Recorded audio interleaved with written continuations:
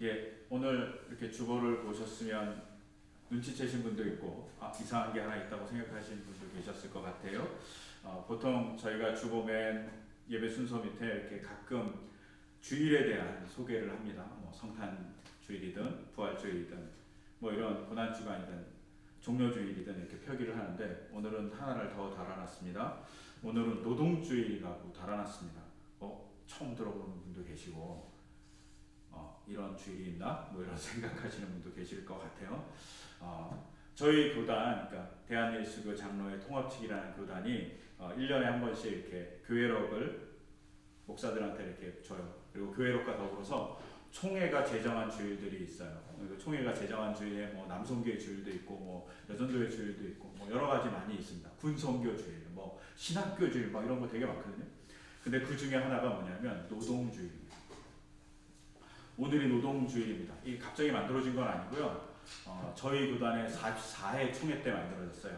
44회 총회가 언제냐면 1959년에 만들어졌어요. 놀랍죠? 1959년에 우리 교단에 있는 사람들이 주일 중에 하나를 택해서 노동의 주일이라고 택합니다. 그리고 이렇게 얘기해요. 뭐라고 얘기하냐면 하나님의 창조 사역에 참여하는 노동의 신성함을 일깨우고 노동하는 인간에 대한 존중을 일깨우기 위해서 이 주일을 제정합니다. 라고 얘기해요. 즉 창조의 하나님이 일하셨다고 고백하고 그 일을 인간이 하고 있는 것을 존중하자 라는 의미로 이 주일을 만들었던 거죠. 우리가 5월 1일이 노동주일이잖아요. 근로자의 날이잖아요. 그것을 기념하고 그것을 생각하고 하나님의 일하심을 생각하고 일함이 저주가 아니라는 것을 잘 설명하기 위해서 노동주일을 만듭니다. 그러면서 또 이렇게 얘기하죠. 그게 이 최근에 들어서 총회장이 중에 한 분이 노동주일에 대한 공고를 하면서 소견을 밝힌 거예요. 아쉽게도 이게 2017년에 밝힌 거예요. 그때 뭐라고 그랬냐면 전 세계의 양극화와 빈부격차의 현실 속에서 열악한 노동 환경에 처해 있는 이 땅에 비정규직 노동자와 청년 실업자, 일자리가 없어 고통당하는 실질자, 외국 근로자, 산업재해 노동자, 노동 현장에 차별받는 사회의 약자와 가족들을 위해 온 교회가 함께 기도하는 주일로 이 날을 삼았으면 좋겠습니다. 라고 2017년 총회장이 선포합니다. 60년 전에 제정된 건데 저는 지금까지 제가 심의했던 교회에서 한 번도 지킨 적을 본 적이 없어요. 안타깝죠.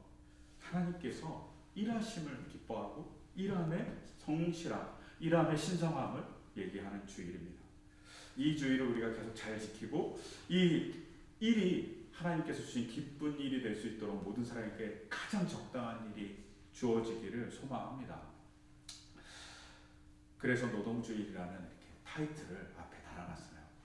기억하셨으면 좋겠어요. 그래서 5월 1일을 기점으로 해서 앞뒤로 왔다 갔다 하는 것 같고요. 보통은 4월 맨 마지막 주에 노동주일을 지키는 것 같아요. 그러면 이제 이렇게 노동주일이라는 걸 이렇게 설명드리고요. 일부러 이렇게 설명드려요.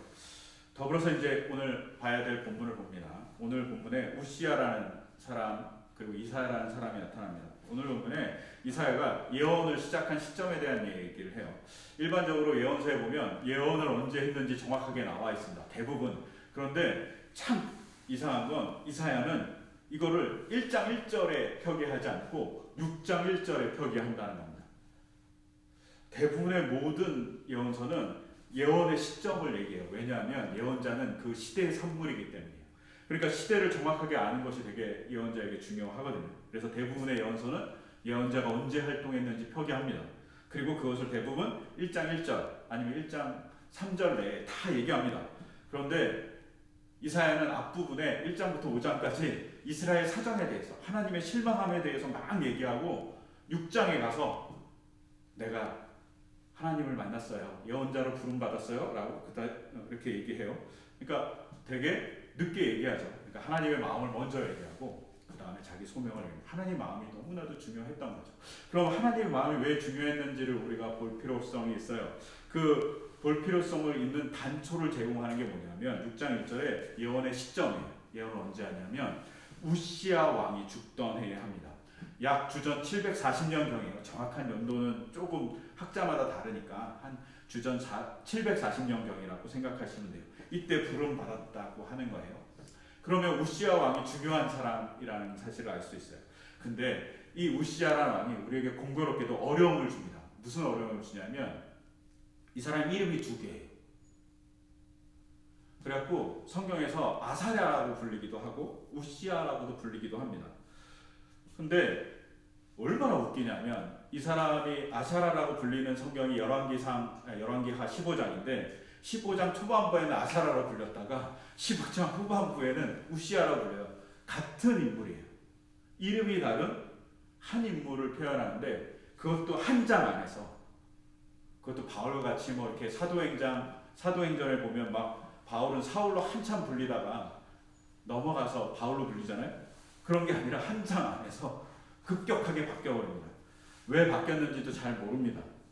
또 아사라가 이름인지 우시야가 이름인지도 잘 모릅니다. 학자들이 이렇게 얘기해. 하나는 이름이고 하나는 왕호일 거다. 우리가 이렇게 광해군, 뭐 세종, 뭐 태종 뭐 이렇게 얘기하는 것이 왕명일 거다 이렇게 얘기하는데, 그럼 다른 사람도 다 왕명으로 불려져야 되잖아요. 근데 다른 사람 그런 게 별로 없거든요. 그러니까 이것도 애매모호해요. 그러니까 또 아사라가 이름인지 우시야가 이름인지도 논란이 많아요. 그래서 아직까지 정확하게 밝혀진 게 없어요. 이런 걸 밝히면 이제 위대한 학자가 되는 겁니다. 아직까지 없어요. 그러니까 이런 걸 밝힐 마음이 있으면 이제 열심히 공부하면 되겠죠. 근데 우시야라는 왕이 우시야로 불리기 왜 불렸던 시점 하나의 단초는 있어요. 어떤 단초가 있냐면 우시야 왕이 되게 나라를 잘 다스려요. 그러다가 약간 오만해져요. 그래서 제사장이 할 일도 자기가 하게 돼요. 그래서 제사장이 분양하는 분양단을 자기가 잡거든요. 그때 성경에는 문둥병이 걸렸다고 되어 있어요. 근데 이 문둥병은 우리가 얘기하는 한센병 아니고 악성 피부병입니다.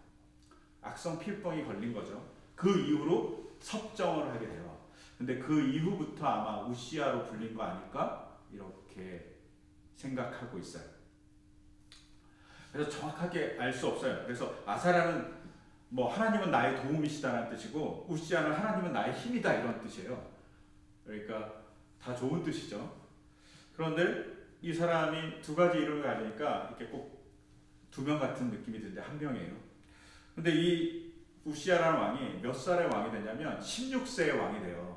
휘하 조금 있으면 왕이 되는 거죠. 저희 아들 우시야면 조금 있으면 왕이 됩니다. 근데 왕이 좀 일찍 되죠. 아버지가 빨리 죽었다는 거죠. 아버지가 아마샤인데 아버지가 어떤 사람인지 볼 필요성이 있어요. 아마샤는 국력을 정말 키우고 싶었어요. 왜냐하면 북이스라엘에게 맨날 압박당하니까 국력을 막 키우고 싶었어요. 그래서 국력을 열심히 키웁니다.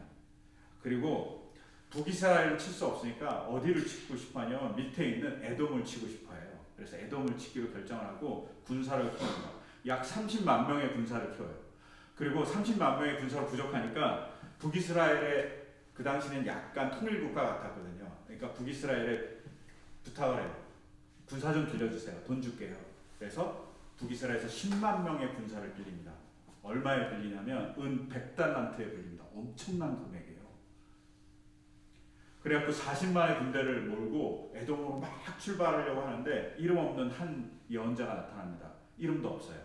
이 말은 이 예언자가 별 볼 일 없는 예언자가 아니라 가문도 없고 누군지도 모르는 예언자가 갑자기 나타났고 하나님이 북이스라엘의 용병들은 돌려보내랍니다. 얘기합니다. 그리고 왕에게 30만의 군대로 하나님이 승리를 주신다고 합니다. 라고 하니까 아마샤가 그 말을 듣습니다. 그리고 은 100달란트를 손해봅니다. 엄청난 금액입니다. 그 손해에도 불구하고 10만의 군대 북이스라엘을 돌려보냅니다. 그리고 에돔으로 쳐들어갑니다. 그리고 정말 에돔과 전투에서 승리하고 돌아오게 돼요. 근데 공교롭게도 아마샤가 뭘 갖고 오냐면 에돔의 우상들을 갖고 와요. 그 당시 전쟁하면 우상들을 갖고 오는 게 상례였거든요. 그러니까 자기가 다른 나라의 상례같이 우상들을 갖고 옵니다. 그리고 그 우상들에게 파괴하는 것이 아니라 그 우상들을 파괴하는 게 아니라 그 우상들에게 제사를 드려요. 근데 이 와중에 비슷한 그 시점에 무슨 일이 벌어지냐면 용병이었던 북이스라엘 사람들이 북이스라엘의 경계선을 딱 넘어가 국경을 넘어가기 전에 그 마을이 몇 군데 있는데 그 마을들을 약탈합니다. 아마샤가 화가 엄청 났을 거예요.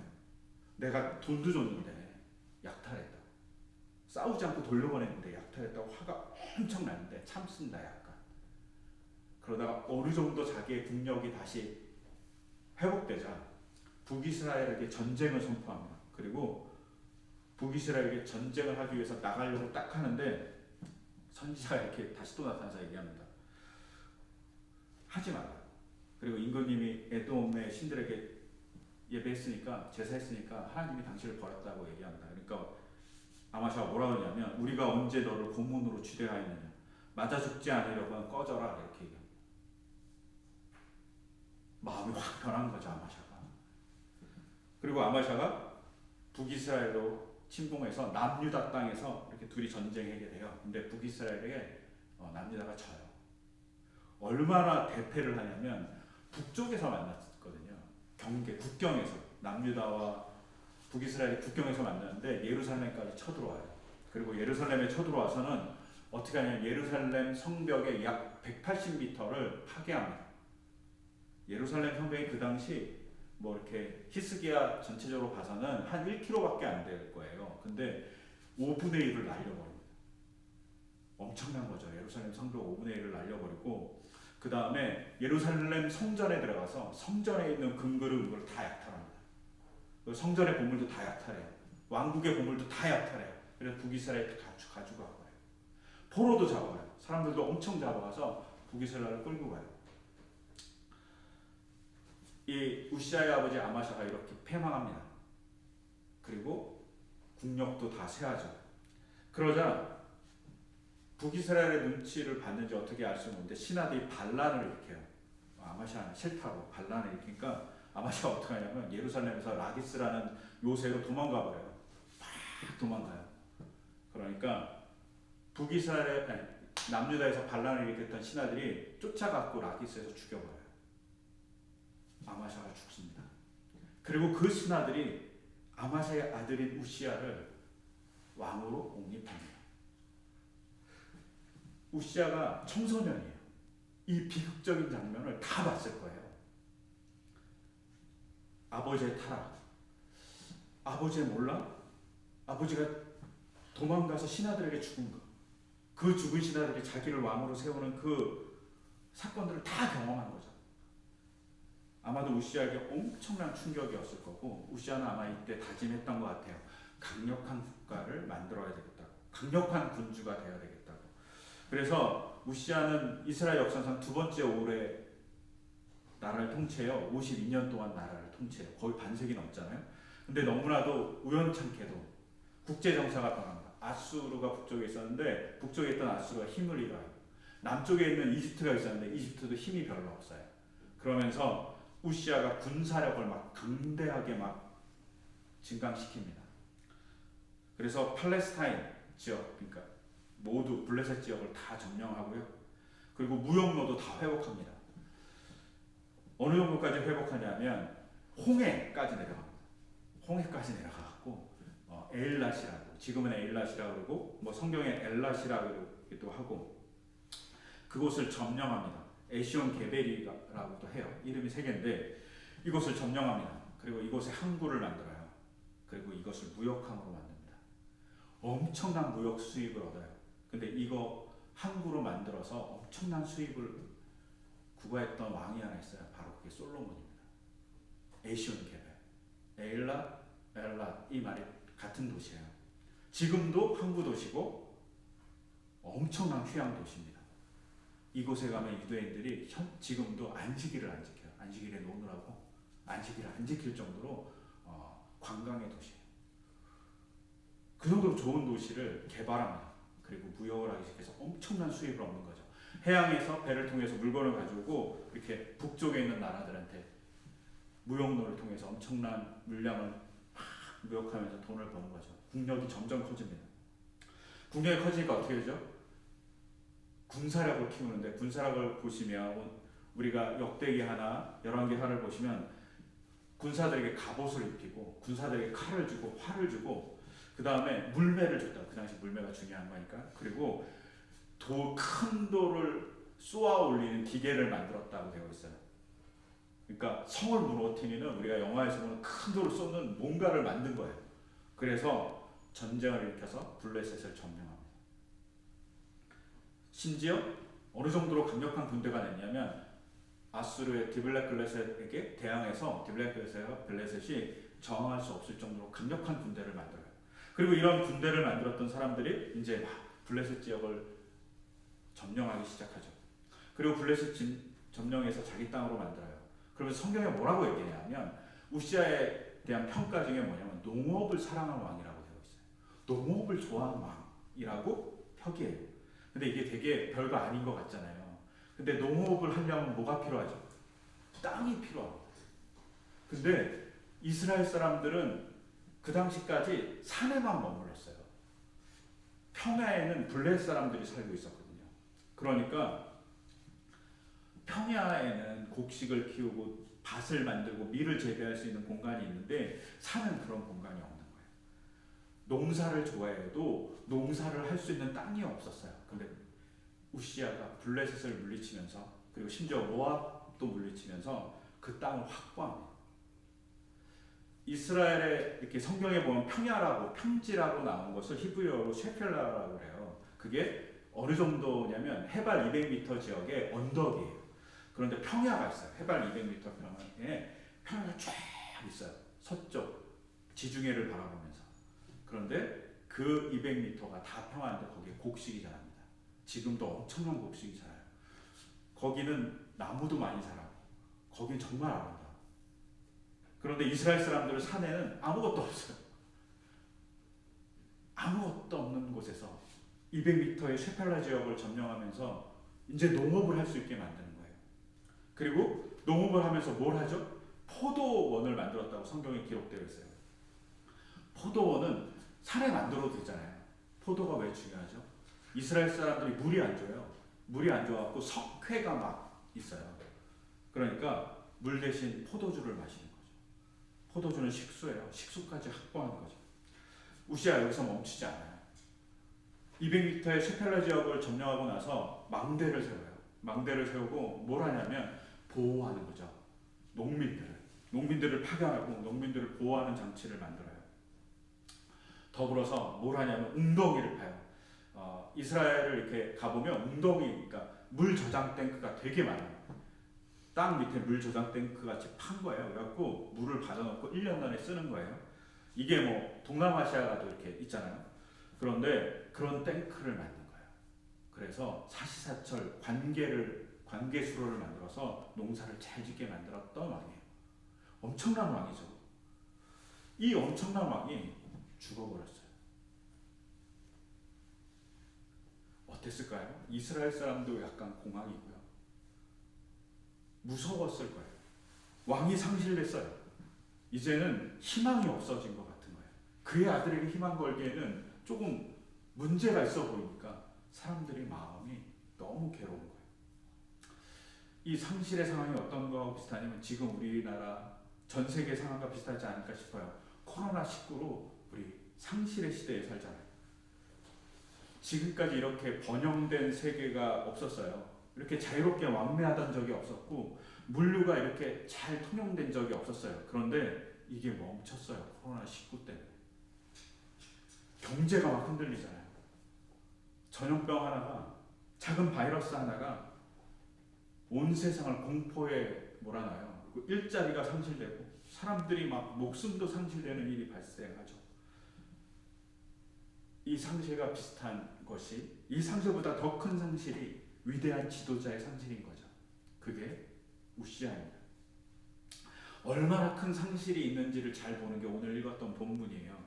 오늘 읽었던 본문 이사야서 1장 8절에 하나님이 어전회의를 열어요. 하나님 나라에서 천사들하고 회의를 열어요. 그리고 뭐라고 얘기하냐면 내가 누구를 보낼까? 누가 우리를 대신할 것인가? 이렇게 얘기해요. 하나님도 심각한 거예요. 우시아가 죽었어요. 그랬더니 이제는 누구를 보내지? 이제는 누가 우리를 대신하지? 라고 얘기합니다. 근데 여기서 약간 이상하지 않습니까? 누가 우리를 대신해서 갈까?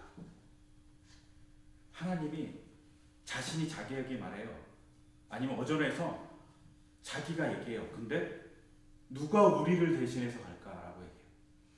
하나님이 우리라는 복수로 되어 있어요. 이게 삼위일체의 흔적이긴 하지만 이 본문이 되게 이상하니까 우리가 헬라 성경에 70인역이라는 성경이 있어요. 이 70인역이라는 성경은 이 본문을 어떻게 해석했냐면 누가 백성을 위해서 갈까? 우리를이라고 안 그러고 누가 백성을 위해서 갈까라고 번역해요. 왜냐하면 발음이 비슷해요. 발음이 아주 비슷하니까 헬라어는 백성이라고 번역해요. 하지만 학자들은 그걸 택하지 않아요. 그리고 지금까지 온 성경들은 헬라어 성경의 번역은 좀 문제가 있다고 생각하고 히브리어 성경은 우리가 개혁 성경에서 본 누가 우리를 대신해서 갈까라고 번역하는 게 맞다고 봐요. 하나님이 엄청난 충격인 거예요. 우리를 대신해서. 하나님 인간을 창조할 때 뭐라 하죠? 우리의 모양과 형상, 그걸 강조하는 거예요. 이와 마찬가지로 하나님이 우리를 대신해서 누가 갈까라는 건 우시아의 상실이 하나님에게도 크신 거예요. 1인칭 복수는 강조를 하기 위해서 사용돼요. 하나님이 정말 강조하기 위해서 그리고 상실의 아픔이 크기 때문에 우리를 대신해서 누가 할까라고 얘기하는 거죠. 근데 이 말을 어디서 하죠? 하나님의 어전회의에서 합니다. 하나님의 궁전에서 하나님의 천사들을 모아놓고 합니다. 우리가 그렇잖아요. 국가적인 일이 벌어지면 뭘 하죠? 회의를 열잖아요. 뭐 NSI 회의 뭐 이런 거 하잖아요. 이와 마찬가지로 하나님이 중체대한 일이 발생했기 때문에 천사들을 모아놓고 회의를 하는 겁니다. 정말 중요해요. 그리고 결정하는 거예요. 근데 이 회의에 누가 참석하냐면 이사야가 참석합니다. 이사야가 뛰어나고 놀라운 인물이기 때문에 참석했을까요? 이 당시 이사야는 어떤 신분이었을까요? 그것을 알 수 있는 단초가 어딨냐면 역대하 26장 22절에 있어요. 뭐라고 기록되어 있냐면 우시아의 통치 기간에 있었던 다른 사건들은 초기의 것에서부터 후대 것에 이르기까지 아모스의 아들 예언자 이사야가 기록하여 두었다. 이 말이 뭘까요? 아모스의 아들 이사야가 예언자예요. 그런데 예언자 이전에 그 사람은 사관이에요. 역사를 기록하는 사관이에요. 그것도 우시아의 궁전에서. 일개 사관에 지나지 않아요. 사관에 지나지 않은 이사야를 하나님이 어느 날 갑자기 자기의 오전회의에 초대한 거죠. 언제? 우시아가 죽었을 때. 사관으로서 이사야는 어땠을까요? 우시아의 역사를 너무나도 잘 알았고 우시아의 존재도 잘 알았고 우시아의 능력도 잘 알았고 심지어 우시아의 상실이 다른 사람보다 더 크게 다가왔을 겁니다. 그러니 어떨까요? 우시아의 상실이 너무나도 힘드니까 다른 사람보다 훨씬 더 애통했을 거라고 생각해요. 다른 사람보다 더 슬펐을 거예요. 그러기에 더 슬피기도 했을 겁니다. 우리가 알잖아요. 구복에서 마태복음 5장에 있는 구복에서 애통하는 자가 복이 있나니. 아마도 애통하는 자의 복으로서 이사야가 그 사회의 아픔을 우시아의 상실의 아픔을 막 울었을 거예요. 하나님 이 사태를 어떻게 해야 되죠? 막 울었을 수 있어요. 정말 힘들어했을 거예요. 근데 그가 그 순간 환상 중에 하나님의 어전 회의에 참석하게 됩니다. 이 말이 뭘까요? 이사야가 하나님의 회의에 사관으로 참석한다는 거예요. 벌 볼 일 없는 인간이 하나님의 역사를 기록하는 자로 참석하는 거예요. 하나님의 역사를 목격하는 자가 되는 거예요. 근데 목격을 하기 위해서 딱 가는 순간 이사야가 한 가지 두려운 걸 느낍니다. 뭘 느끼죠? 자기가 하나님을 만나는 거예요. 너무 두려운 거예요. 자기가 거기 참석할 수 없는 존재인 거예요. 근데 너무나도 두려운 그가 하나님 제가 망했습니다 이렇게 얘기하잖아요. 뭐라고 얘기하냐 5절 재앙이 나에게 닥쳤구나. 이게 더 심각한 상태인 거죠. 그냥 큰일 났다 이렇게 얘기하지 않고 5절에 보면 재앙이 나에게 닥쳤다. 이제 나는 죽게 되었구나. 나의 입술이 부정한 사람인데 입술이 부정한 백성의 가운데 살고 있었으면서 왕이신 만군의 주님을 뵙게 되었으니까 나는 망해버렸다 이렇게 얘기해요. 나한테 재앙이다 이렇게. 그러자 천사들이 나타나서 제단에서 숯불을 가져서 그의 입에 대줍니다. 그러면서 이렇게 얘기하죠. 너의 악이 사라지고 너의 죄가 사해졌다. 깨끗하다. 이제 너는 어떤 존재가 되죠? 하나님의 어전에 참석하는 사관이 됩니다. 예언자로 부름받기 전에, 예언자로서 이름을 날리기 전에 하나님이 일개 사관을 데리고 오는 거예요. 그리고 그 사관에게 뭘 보여주냐면 하나님의 애통하는 걸 보여주고, 하나님이 누구를 보낼까? 우리를 누가 대신할까? 라고 얘기하는 것을 듣게 만들죠. 그때 이미 하나님의 제사함, 하나님의 이야기, 그리고 하나님의 말씀으로 정화된 그 이사야가 뜬금없이 하나님 제가 가면 안 될까요? 이렇게 얘기해요. 하나님 제가 여기 있습니다. 저를 보내주십시오. 라고 정말 건방지게 얘기합니다. 여러분, 소명을 받는 기사를 보면 대부분의 성경상의 소명은 하나님이 너 이 일 해 라고 얘기했을 때 대부분의 사람들은 뭐라고 얘기하냐면 하나님 제가 그럴 자격이 없습니다. 모세도 그랬죠. 예레미야도 그랬죠. 에스겔도 그랬죠. 우리가 잘 아는 기드온도 그래요. 많은 사사들과 많은 역사적인 인물들이 자기는 부족한 사람이라고 얘기해요. 근데 정말 이사야는 건방지게 하나님 제가 가면 안 될까요? 이렇게 얘기하는 거죠. 근데 이게 건방진 게 아니라 하나님의 애통함을 가진 거죠. 왜? 하나님의 말씀으로 정화되고 하나님의 숯불로 자기 악이 사라진 인간이 되었기 때문입니다. 이사야가 다른 역사적인 인물과 다른 건 정화의 길을 먼저 걸었기 때문이에요. 그리고 하나님의 마음을 가졌던 거죠. 이게 건방진 참견이 아니라 하나님의 마음을 가진 자로서 일을 한 거예요. 그래서 하나님이 혼내지 않아요. 그리고 이사야를 하나님이 우리를 대신해서 보낼 사람으로 보내죠. 여기서 중요한 거. 하나님 그전에는 왕인 우시야를 사용했는데 지금은 누구를 사용하죠? 하나님의 말씀을 가지고 정화되고 하나님의 일을 따르려고 하는 정말 별 볼 일 없는 사관인 이사야를 사용한다는 거죠. 우시야 왕 같은 존재로 누구를 사용하냐? 이사야를 사용합니다. 그리고 우리가 보죠. 우시야의 기록은 얼마나 있을까? 별로 없어요. 성경에. 기껏해야 한 3장 정도밖에 되지 않아요. 근데 이사야는 어떻죠? 66권을 기록하는 놀라운 인간이 됩니다. 아마 그의 사상을, 그의 예언적인 힘을 끊임없이 이어가는 사람들이 제2 이사야, 제3 이사야라고 불리는 사람들이 끊임없이 나와서 하나님의 이야기를 하고 하나님의 나라를 만들기 위해서 일을 하게 되는 거죠. 누가 사용된다고요? 우시야 같은 왕이 사용된 게 아니라 하나님의 그 놀라운 역사는 사관에 지나지 않는 이사야에 의해서 이루어집니다. 이것은 정화의 작업이 있기 때문이에요. 회개의 작업. 근데 그 정화의 작업이 언제 있죠? 우리에게 매 주일마다 예배 시간에 있습니다. 예배를 통해서, 말씀을 통해서 우리가 하나님을 만나잖아요. 우리가 참회의 기도를 통해서, 사제의 선을 통해서 우리는 정화를 경험합니다. 그리고 우리가 하나님께 이 시대의 아픔을 애통함으로 같이 나아가면 하나님 우리를 사용하실 거라고 이사야서는 증거하죠. 오늘날 시대가 우시야를 이뤘던 이사야의 시대와 같이 상실의 시대입니다. 이때 필요한 건 초능력자가 아니라 하나님의 말씀에 정화된 사람, 하나님의 말씀을 제대로 따라가는 사람인 거죠. 그러면 하나님의 그 일을 이뤄갈 수 있어요. 오늘 읽었던 본문에 마태복음 1장 5절에서 6절까지 다윗의 족보가 있어요. 예수님의 족보지만 다윗 가문이 나와요.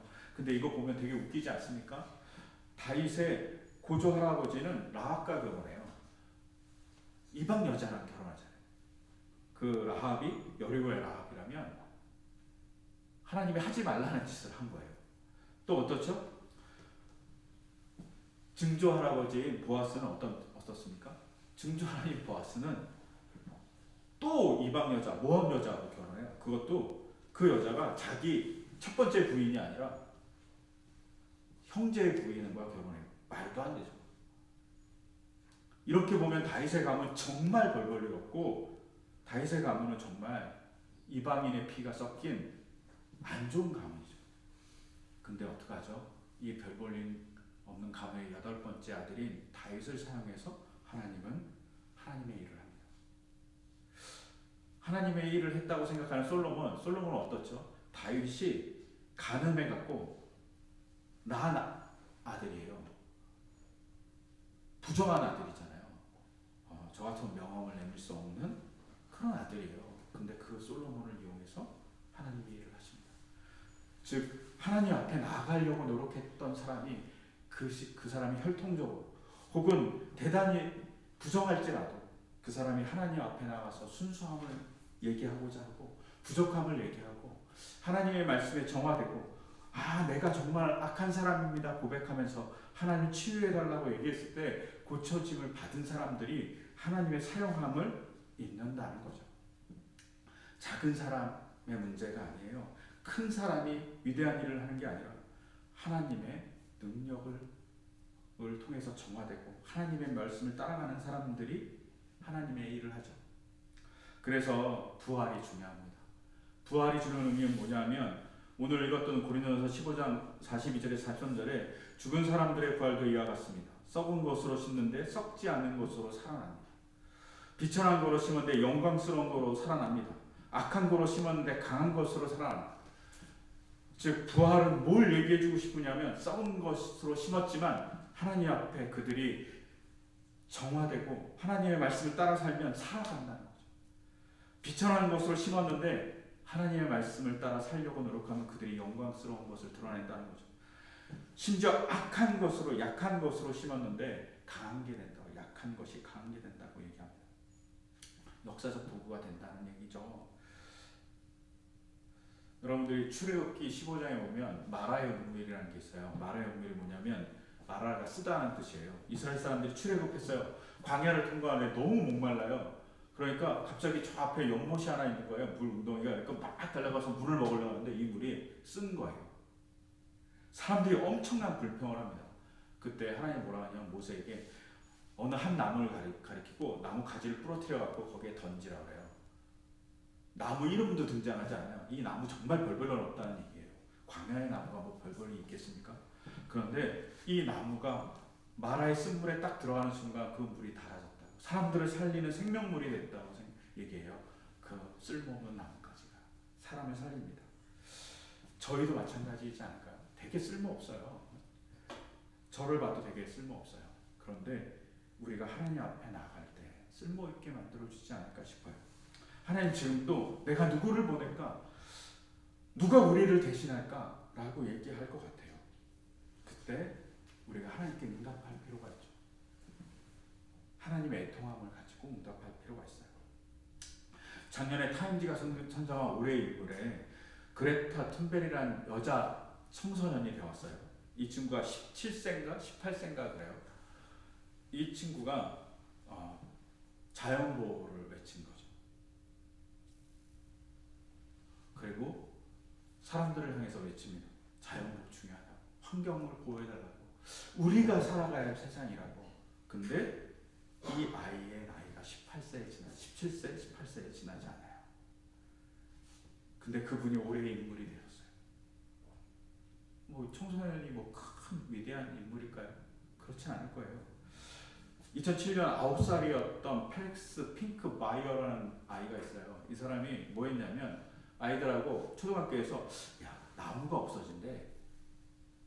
나무가 없어지니까 우리가 나무 심기를 해볼까? 우리의 목표는 100만 그루야 이렇게 얘기했어요. 근데 정말 100만 그루를 심었어요. 그리고 이 아이가 50만 그루를 심었을 때 11살의 나이에 유엔에 가서 연설해요. 뭐라고 얘기하냐면 어른들이 지구를 지켜주지 않는다면 어른인 제가 지키겠다. 그것에 감동해서 어른들이 나무를 심게 합니다. 아이가 움직이죠. 아이가 전 세계를 움직일 수 있는 힘을 가질 수도 있다는 거죠. 우리가 하나님의 눈으로 하나님의 발언을 봤을 때, 그리고 그 발언을 가지고 나가려고 해서 하나님의 애통함으로 기도한다면 우리도 그렇게 사용될 거라고 생각해요. 제가 몇 주 동안, 한 몇 달 동안 되게 어려웠어요. 왜냐하면 제 마음속에 이상도 있고 목표도 있고 여러 가지 계획도 있었는데 그걸 하기가 너무 어려운 거예요. 막 화가 나는 거예요. 그리고 조속하게 이루어지지 않는 몇 가지 일들을 보면서 참 어렵다 이렇게 생각하고 있었어요. 근데 이번 코로나 사태를 이렇게 지나가면서 무슨 생각이 들었냐면, 만약에 그 전에 그 일들을 다 시작했으면 이번 코로나 때문에 다 망가졌겠다. 아예 숲으로 돌아갔겠다. 이런 생각이 들었어요. 하나님의 일을 하기 위해서 우리가 소망을 풀면 그 일을 할 수 있는 길, 그 일을 할 수 있는 여러 가지 일들을 만들어 주실 것 같아요. 그리고 하나님의 애통함을 가지고 이 세상을 사랑함으로 바라볼 때 우리가 이 세상에 하나님의 역사를 만들어가는 이사야 같은 하나님의 사관이 될 수 있을 거라고 생각해요. 우리가 하나님의 사관, 역사를 증거해주는 그런 사람이 되었으면 좋겠다고 마음이 들어요. 그리고 그런 사람이 될 수 있도록 항상 기도해 주셨으면 좋겠습니다. 그런 기도하는 마음으로 이 시간 같이 찬양했으면 좋겠어요. 주님, 내가 여기 있사오니 나를 보내소서. 나의 마음 나의 몸 주께 드립니다. 나의 가진 것도 주께 드립니다. 주님 받아 주시옵소서. 우리가 우리 것을 드리고 하나님의 애통함으로 이 세상을 바라볼 때 우리가 하나님 나라의 오심을 같이 동참하는 하나님의 일꾼이 될 거라고 생각합니다.